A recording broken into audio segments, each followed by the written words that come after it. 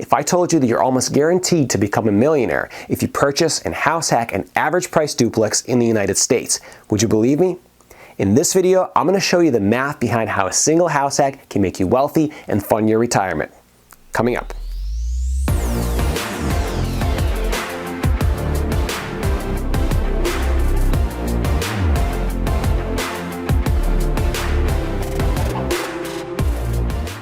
Hey guys, if we're just meeting, my name is Vitaly Volpov. I'm a practicing attorney, an active real estate investor, and the part owner of a real estate brokerage in upstate New York. I've been successfully investing in cash flowing rental properties since 2011, and I currently have just under 80 rental units in my real estate portfolio. On this channel, I discuss relevant legal concepts as well as best strategies and tips for real estate investing and personal finance. If you're new to the channel, consider subscribing and hitting the notification bell so that YouTube notifies you of all my future content. If you enjoyed the content in this video, hit the like button and comment down below. So let's get right into it. How can one house hack make you a millionaire? Let's look at the possibilities.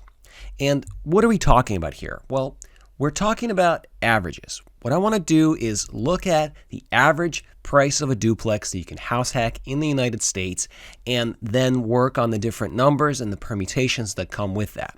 So when we do that, we're not talking about the outlier. So I'm not talking about the really expensive properties on the West Coast or the East Coast, like, for example, this Brooklyn duplex that sold for $1.4 million earlier this year.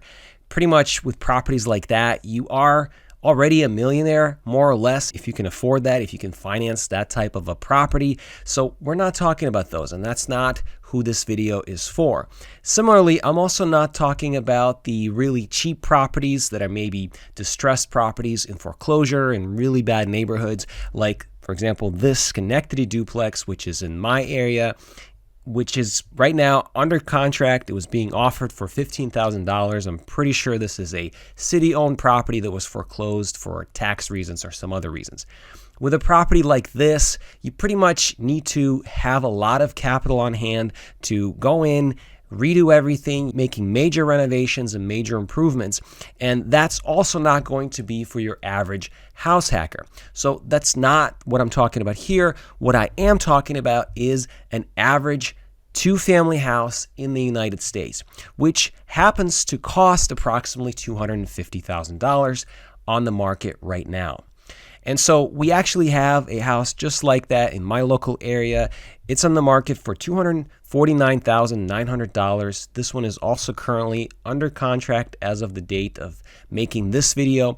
But you can see this is a duplex that has 6 bedrooms, 2 bathrooms, and 2,600 square feet, which breaks up into roughly 3 bedrooms, 1 bathroom, and 1,300 square feet in one unit, and the same exact specs in the other unit. This is the quintessential duplex, nothing crazy, nothing complex about it, very simple, and it's also on the market. So let's look at, first of all, the financing that is available for duplexes like this. I made some more detailed videos on this specific topic, which I can link to, so you guys can check out in the description below and in the YouTube card above after you watch this video. But basically, you can finance any property 1 to 4 units as an owner-occupied property with very favorable financing terms. So for example, you can find lenders to lend you on properties like that at 5% down payment using conventional financing with a company like Homestead Funding Corporation, which is essentially a mortgage broker. They operate in my local area, but I'm sure there are plenty of other similar companies throughout the United States that can probably provide you with a similar financing and similar down payment. Additionally, almost every single bank in the United States has an FHA program. And FHA stands for Fair Housing Administration, which is a federally backed program where borrowers who maybe don't fill the boxes for conventional financing, where maybe their credit is not as good, or maybe they have some other blemishes, or maybe their income is not as high, but they can still finance a 1 to 4 unit rental property at pretty favorable terms. Specifically, a borrower who's financing through the FHA loan program can put just 3.5% down on a property and is able to finance up to a 4-unit owner-occupied property. And finally, in some cases, you may even be able to find a local bank that would be willing to do a down payment as low as 3%. There is a bank like that in my local area. It's called Trustco Bank. It's actually a regional bank where they have some locations throughout the Northeast, and they also have some locations in Florida. But again, there are similar banks throughout the United States that I'm sure probably offer very similar terms to this, and you probably could, if you did enough research, find a bank that would allow you to finance at just 3% down. But since we know that almost every bank in the United States will offer FHA financing, for the purposes of this example and hypothetical scenario, I'm going to go ahead and assume that our hypothetical borrower is financing with an FHA loan. And so with that, let's look at the hypothetical numbers for this duplex. So the purchase price is going to be $250,000. Like I said, that's seems to be the average market value for a duplex in the United States, and the down payment at 3.5% will come to $8,750.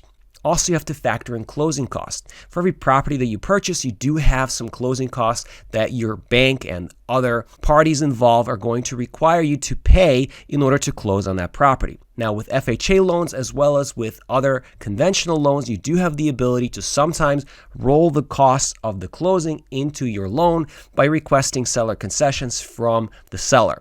That's not always going to be possible because sometimes sellers don't want to do that, or if there's a lot of competition, you can't exactly get that term into your contract, but it is something that is available. But for our purposes, for the purpose of this hypothetical in this video, I'm just going to assume that you saved up this amount of money in order to pay for the closing costs and also the additional $8,750 for the down payment.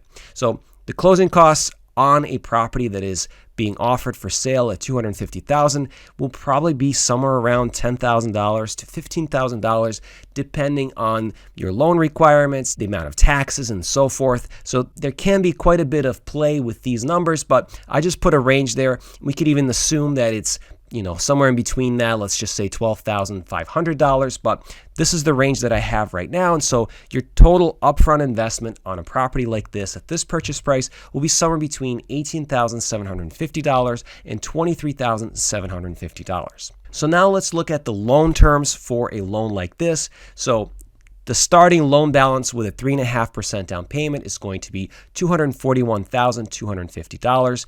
Interest rate, I'm basically estimating it to be around 4%. That is where the interest rates are right now for mortgages. It may fluctuate, it may go up, depending on when you're watching this video. It's possible that it'll be higher or even possibly lower because the interest rates are really crazy right now with everything that's going on with inflation and monetary spending and quantitative easing and everything else that the federal government is trying to do. So let's just assume for the purposes of this video, it's going to be 4%.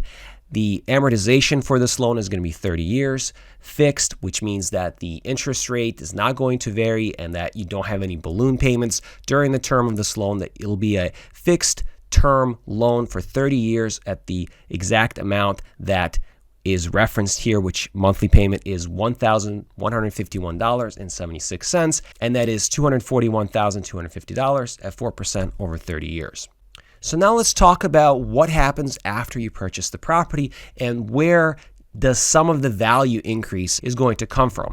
Well, as you may know, real estate appreciates over time. Now, according to compoundadvisors.com, the appreciation on average in the United States since 1891 has been approximately 3.2% per year. So knowing that, let's apply it to our scenario and see what this property will be worth after 30 years of ownership at 3.2% appreciation. So I used another compound interest calculator online. I plugged in the $250,000 purchase price, put in the number of years, which is 30 years, and use the 3.2% appreciation rate. And what we get at the end of 30 years would be $643,177.62. Okay, so you say that's awesome. How do you actually get to $1 million though? Because $643,000 is obviously quite a bit short of $1 million. Well, let's look at the next component of this particular property. Since we are talking about a duplex, we're talking about house hacking in this video. This is an income property, which means that you're actually going to earn some rental income from one of the units that you rent. And so since you have 2 units, one unit will be occupied by you, so there will be $0 in rent per month coming in for that unit, and the other unit is going to be some amount of rent. Now, in this case, I am estimating that for a property similar to the property that I was talking about, where maybe there are 3 bedrooms and 1 bathroom, and it's in reasonable condition in a reasonable area, so not a terribly rundown area, not a terribly rundown building, but also not necessarily in the most trendy part of town or in a really expensive metro area. I think $1,200 for that type of a apartment is a very reasonable monthly price, and I see that a lot in my area. I think this is true for a lot of markets around the country. So that means that we have $1,200 multiplied by 12 months, which is $14,400 in gross rental income per year. That is what you can expect to receive from this property if you rent it out for the full year to a tenant who's going to pay you rent. Now, let's also consider the expenses that we just discussed. So we know that the monthly mortgage expense is going to be $1,151.76, and that includes principal and interest. Now, with FHA loans and even conventional loans where you don't put down 20% or more, you will have something called mortgage insurance. And for an FHA loan, on this size of a loan, the mortgage insurance comes to be $170.89 per month. And this is mortgage insurance that will continue required to be paid for the life of the loan. So it's the entire 30-year time frame, just like the monthly mortgage principal and interest payment. So we do have to add those two together and count them as financing expense on this property. So adding them together, we get $1,322.65 per month, which comes to $15,871.80 per year. So now, of course, we have to subtract the expenses from the property's income.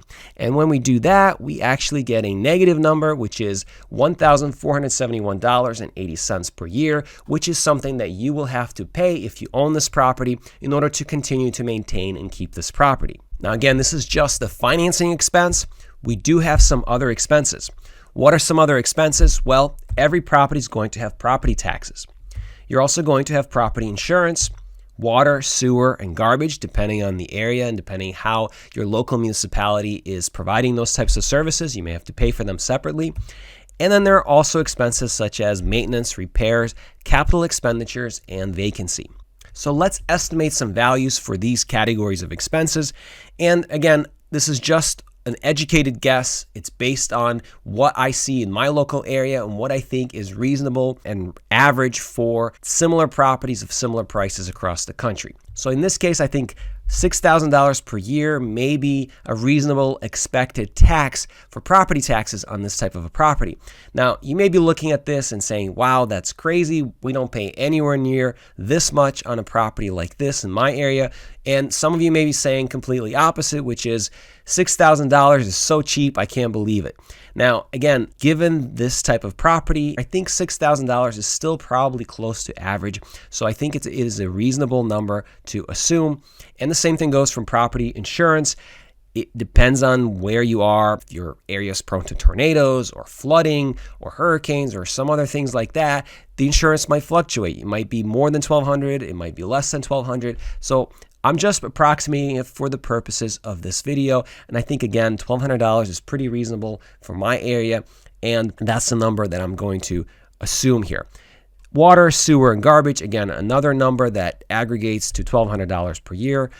I think it's, again, a reasonable number. And finally, maintenance, repairs, capital expenditures, and vacancy. With all those numbers together, what we get is $11,400 per year in total additional expenses over and above your financing expense. So adding those numbers to our calculation here, what we end up with is a cost to own this property of $12,871.80 per year. Now, over 30 years, it will cost you $386,154 to own this house, and that is just multiplying that number by 30 years. Now, I know what you might be wondering. If it costs this much to own this property, doesn't it pretty much offset any appreciation that you may see in this property since you purchase it? And if you actually do the math on these numbers, you can see in the compound interest calculation that the difference between the original purchase price and the future value of the property is roughly pretty close to $386,000. So what the heck? how can I be talking about $1 million profit or gain from a property like this when cost of owning this property over the course of 30 years almost entirely wipes out the appreciation that you may realize on this property? Well, what we need to do in order to answer that question is to go back to the fact that it's a rental property. So remember when we did the calculation for your rental income, your gross rental income, we were only looking at unit 2, which was the one producing your monthly rent. And we were essentially assuming that the value of the unit that you're occupying is 0. But I don't think that's actually the correct way to look at it. See, what happens is because you are occupying this one rental unit in this property, you're actually saving yourself the amount of money that this unit would cost you if you were to rent an apartment of equivalent value somewhere else. So if you were not to buy this property, you would still have to live somewhere. And you could choose, presumably, to live in an apartment like this. Very similar, maybe 3 bedrooms, 1 bathroom, in a similar area, in a similar building. And if you were to do that, then you know that the monthly rent that you would have to pay to your landlord would be somewhere around $1,200 per month. And so by buying a property like this and occupying this unit, you're actually saving yourself $1,200 per month. And in saving yourself $1,200 per month, you're actually essentially creating additional value that you otherwise would be wasting if you were living somewhere else. And so in order to accurately calculate and account for the value in rent or rent savings that this property is producing for you, you have to add both of the units' rent together. And so if I do that, what I get is $28,800 per year in gross rent and in gross rent savings. And so then it becomes quite a different calculation. If you do calculate and consider the income and the value of this property in this way, what you end up seeing is that when you take the $27,271.80 of expenses, which is the financing cost and all of the other expenses, and subtract it from the true value of this property's rent, then you end up with an actual annual gain of $1,528.20. Now, that's good, right? You take this gain, $1,528.20, and you multiply it by 30 years, and that gives you $45,846 over the course of your ownership of this property over the course of 30 years.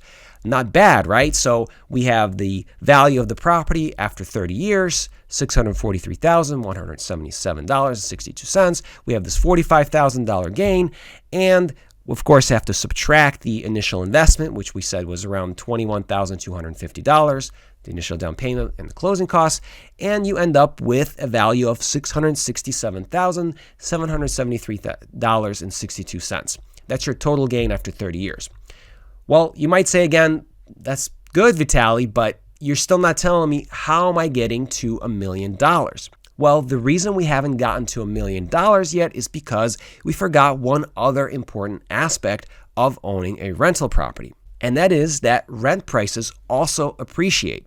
So it's not just the value of your property that appreciates over time, it's also the rental prices that appreciate over time on average.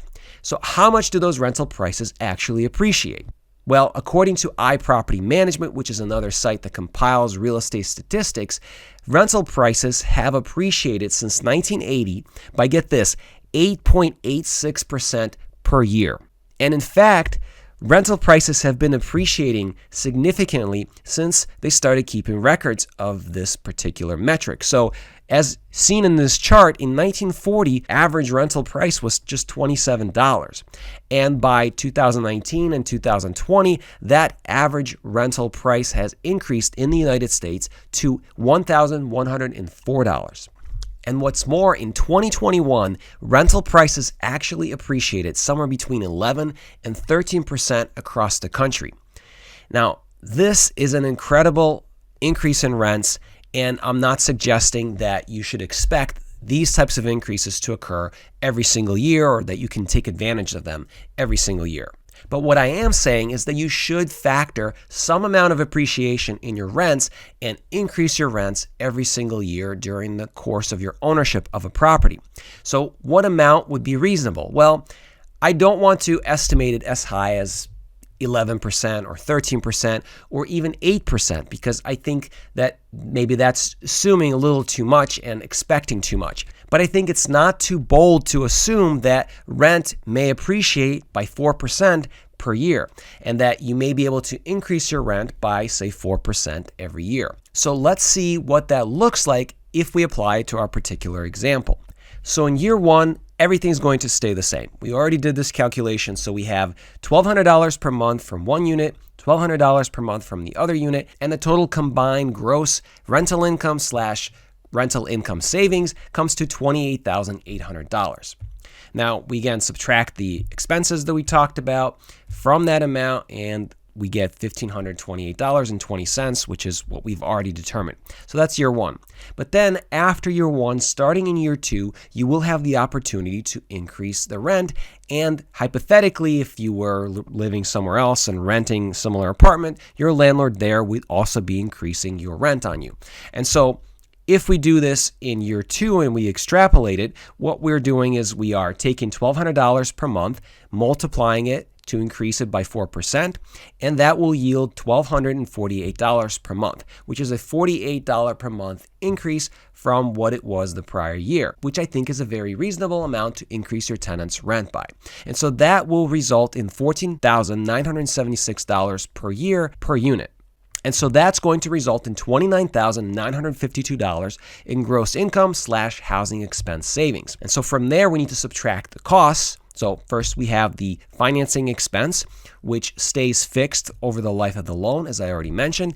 And then we also have the other expenses. Now, for this calculation, I am assuming that they're also going to increase by 4% per year. As you know, property taxes increase every year. Insurance usually increases every year, and so forth. So if we're increasing our expected rental prices, we should also be increasing our other expenses here. And so that's what I did here. So I increased them by 4%, which came to $11,856. And after I subtract them from the gross income / housing expense savings, the amount I get is $2,224.20 of gain / profit at the end of year two. So if we were to extrapolate this over the course of 30 years, this is what it would look like. So in the leftmost column in this chart, we have the year from year 1 to year 30. The next column shows you the rent / rent savings. And as you can see, we start at $28,800 in year 1, and then in year 2, it increases by 4%, and then in year 3, it increases by 4% more, and so on and so forth. And so by year 30, the expected rent / rent savings are $89,817.16. The next column is the financing expense, which stays fixed and doesn't change. So that'll be $15,871.80. The next column to the right of that is the other expenses column. And that one starts at $11,400, as I mentioned, and it increases by 4% every subsequent year. So that by the end, in year 30, those expenses will equal $35,552.63. And finally, we get to the far right column here, which is the profit / gain, where it starts out at $1,528.20 in year 1, and then continuously increases based on the numbers in the other columns. And so by year 30, the profit / gain comes to $38,392.74. And when we add all of those numbers in the profit gain column together, the number we come up with is $499,723.92 over the course of 30 years. Now, this is the gain from the rents or rent savings from this one property. So let's look at the bottom line here. After 30 years, we know that the property's value is $643,177.62. The profit savings from rents will come to $499,723.92. And then, of course, we still have our initial investment that we have to subtract.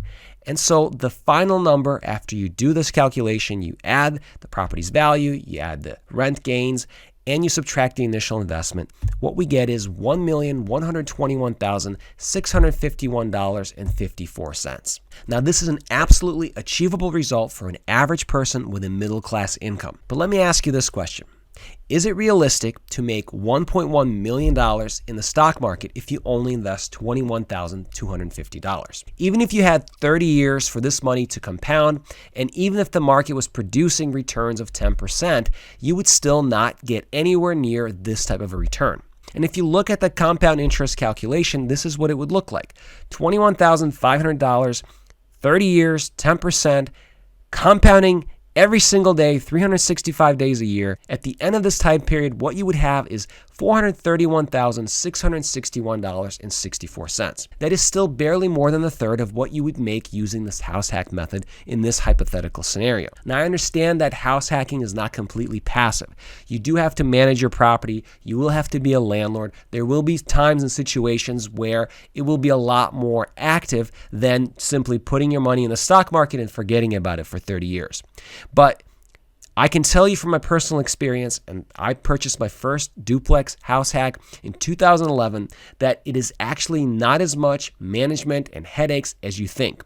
If you buy in the right neighborhood, if you buy the right type of property where it's not completely run down, it's not a really terrible neighborhood, you can find really good tenants that will take care of your property really well, and they will pay you rent on time without any issues for many, many years.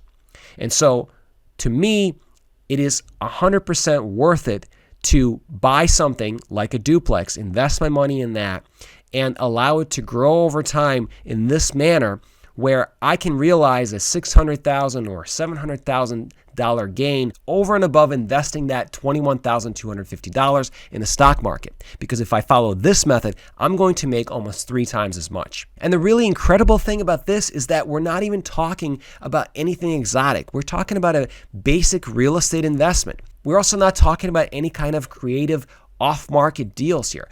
What we're talking about is an average on-market price for a regular duplex. And nothing that I discussed in this video had anything to do with a value add. So you didn't force any appreciation, which if you did some of this, if you were able to force some appreciation into a property, if you bought it undervalued because it was off market, you might be able to accelerate these returns even further. But that's not even what I'm talking about. I'm talking about a very basic investment where anyone can find it on the market, even right now. It's one property, one unit to manage, extremely simple, not buying anything else for 30 years and not even moving out of the property and just simply living in this duplex for 30 years, and you will achieve a $1.1 million return on your investment. Now, of course, it may not be appealing to you to live in the same duplex for 30 years and to not buy your single family house that you've always been thinking and dreaming about. And I'm not saying that that's right or that you should always do that. But even if you were to move out of this duplex and move into your single family home, the duplex is still going to produce the same value that I'm talking about. Yes, you will have some additional expenses because you're going to have a single family home in addition to your duplex. But if you hold on to that duplex for 30 years, your return and your net gain from the ownership of that duplex is not going to change. It's still going to be this $1.1 million figure, assuming the numbers that we discussed in this video. But there are also other possibilities with this. What if you bought one house hack every year for 5 years? So instead of just doing this one deal, what if you did 5 deals? What if you started with one house hack, lived in it for 1 year, and then moved on to a second one? And after a second year, you moved on to a third one, and then the fourth one, and a fifth one. If you just did that, you would have 5 duplexes that are all doing the same thing that I just discussed, where you would return $1.1 million after owning each one of them for 30 years. And honestly, this is not a crazy scenario at all. I think that a middle-class person with a middle-class income can easily achieve this. You can buy 5 duplexes, you can maintain them for 35 years, and at the end of that 35 years, you would have an amazing retirement nest egg, which you otherwise would not be able to achieve in any other way. And this is why I think that house hacking is one of the best strategies that an average person can use to achieve incredible wealth. If you guys are interested in learning more about house hacking, I will put a link to my full playlist on house hacking at the end of this video. I will also put a link in the description below. But if you guys enjoyed this video, please do me a favor and hit the like button, and let me know in the comments if you are following the house hacking strategy and what your experience with it has been so far. If you guys haven't yet subscribed to my channel, definitely subscribe so that you don't miss any of my future videos. Thanks again for watching this video. Have a great day, and I will see you in the next one. Take care.